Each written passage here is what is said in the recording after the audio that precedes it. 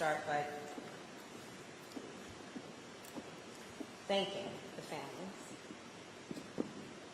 for your courage and your bravery and the leadership that you have so selflessly given and demonstrated, born out of inconceivable loss and pain and suffering.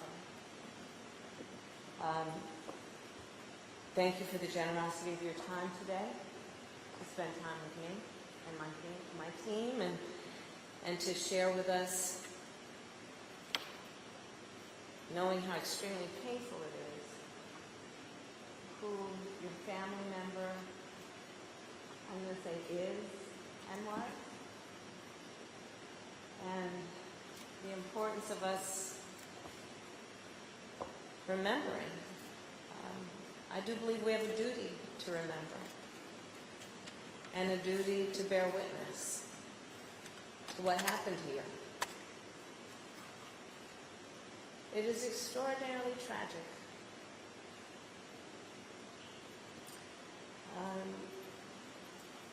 These were beautiful people who I've come to know through their family members. They are so much bigger and more than a statistic. They should be so much bigger and more than the subject of politics or gamesmanship. I'm talking about beautiful people who each, in different ways, were heroes in the context of their community, be it their family, their classroom, or their lives. Everything from, I'm going to now maybe leave out some, but I'm thinking about all of them, but from who was an extraordinary swimmer and received a scholarship to a veteran of our armed services, to older brothers and younger sisters of their siblings. Beautiful people whose lives were tragically taken by an act of violence. You know, part of what I talked with the families about is the fact that 1 in 5 families in America has a family member that has died because of gun violence. That the leading cause of death for the children of America is gun violence. Some of us talked about the parents of children who were lost. It wasn't a car accident. It wasn't some form of cancer. It was gun violence. And what I saw then here, after I spent time with the families, during the walkthrough of the building where these crimes occurred, is a moment frozen in time. High school classrooms. The desks are still in the configuration they were in on that Valentine's Day 6 years ago.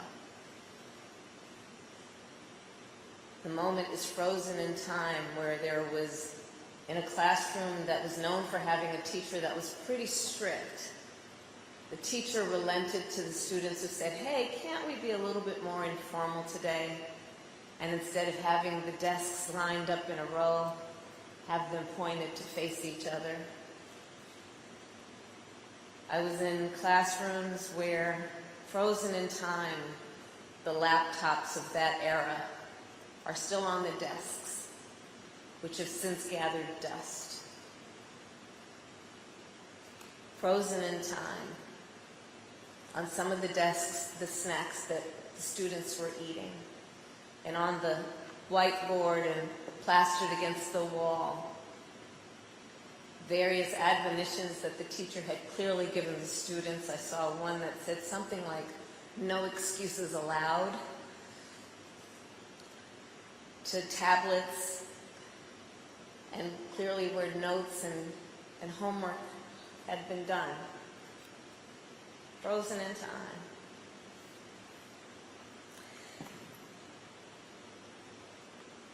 And the families so rightly have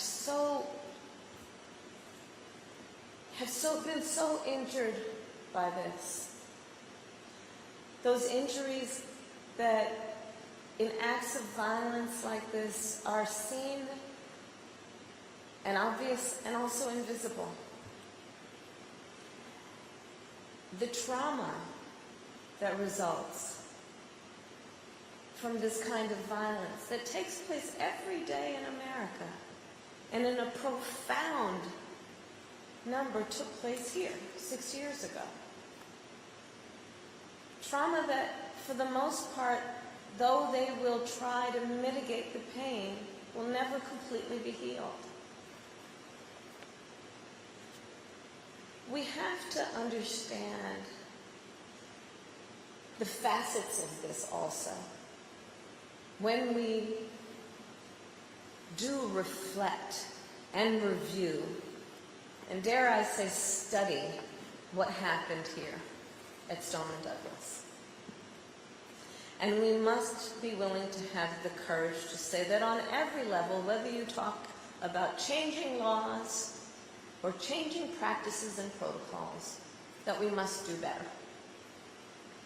The families here have been extraordinary leaders and advocates. I say to them, on behalf of families they may never meet and who may never know their names, advocating for issues like understanding. Many of the parents and the families shared with me that the way that we have constructed schools is based on the only conceivable emergency being potentially a fire. And so constructing alarm systems and evacuation systems based on a fire alarm, where some of the families shared with me, we've not seen, I think I got this right, any major fatality in terms of a student dying from a fire in a school. But just since this happened, since Parkland, 150 school shootings, if not more. We have learned lessons about what we need to do in terms of how we construct schools, in terms of the safety of a classroom. I saw in this moment frozen in time the classroom doors where the locks really were where they're supposed to be, if the point is to protect the children, the students, and their teachers. Looking at it in the context of what we are doing, in terms of what are the protocols when there is an active shooter drilled, and have we trained everyone appropriately? Thinking about how we can be better in terms of empowering families and communities when there is knowledge that someone might be a harm or create a harm to themselves or others. And are we being smart in terms of how we allow people to share that information so that communities and schools and parents can not only protect themselves but help others? How are we upgrading our systems? You know, technology has come a long way since most of our schools were constructed. Do we have systems of communication that actually talk with each other technologically? And if anyone says, well, this is a matter of resources, I'd invite you to really consider the resources in our children and school officials that we have lost because of what has been happening in our country. And I want to talk specifically as the head of the White House Office on Gun Violence Prevention about what we must do to continue to elevate our collective concern and empathy around the tragedy in a way that we translate it into solutions.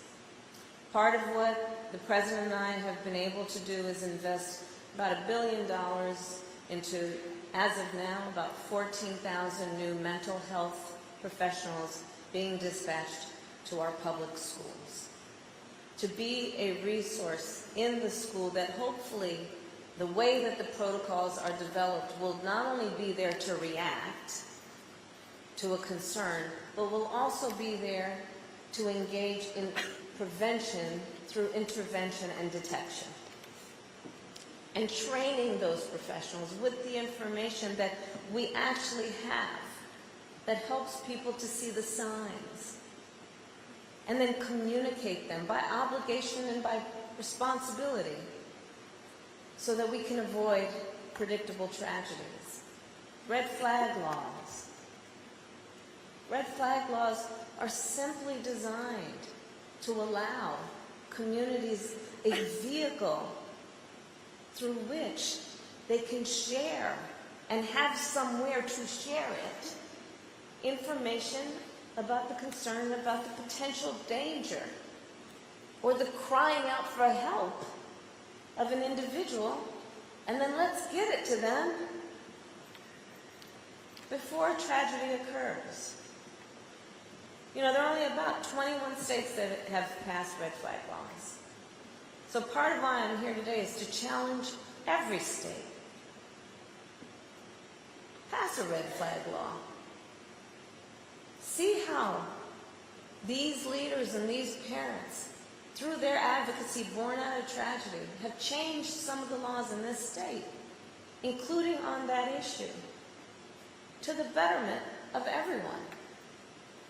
Of the states that have passed red flag laws, approximately 21, only 6 have taken up the offer that we have made through our administration of federal resources to help them with the training and the implementation of these red flag laws. Of the 21 that have passed red flag laws, I challenge the others, come on over. We got some resources for you to help you implement the work that you have done that has been the work of a leader on this tragic issue. The second reason I am here is to announce that today I am launching the National Resource Center for Red Flag Laws. And this National Resource Center will be a place where we will, through that, provide for training for local leaders on how to use red flag laws and keep communities safe. So these are just but some of the ways that we can learn from what happened here. And of course, as you know, I will continue to advocate for what we must do in terms of universal background checks, an assault weapons ban, what we must continue to do to treat, diagnose, and treat trauma in our communities. And there won't be complete agreement on all that must be done to address these kinds of tragedies. But there are some that, frankly, to use a colloquialism, are just no-brainers. And one of the points, again, that I will emphasize about today is the red flag law as a tool that can help us address some of the tragedies that we know have occurred and occurred here. So with that, again, I will say thank you to the leaders of this community, starting with these families. This school is soon going to be torn down, but the memory of it will never be erased. And let us, through the courage and the call to action of these families, find it in ourselves to consider what they've been through as some level of motivation and inspiration for all of us to do more. Thank you.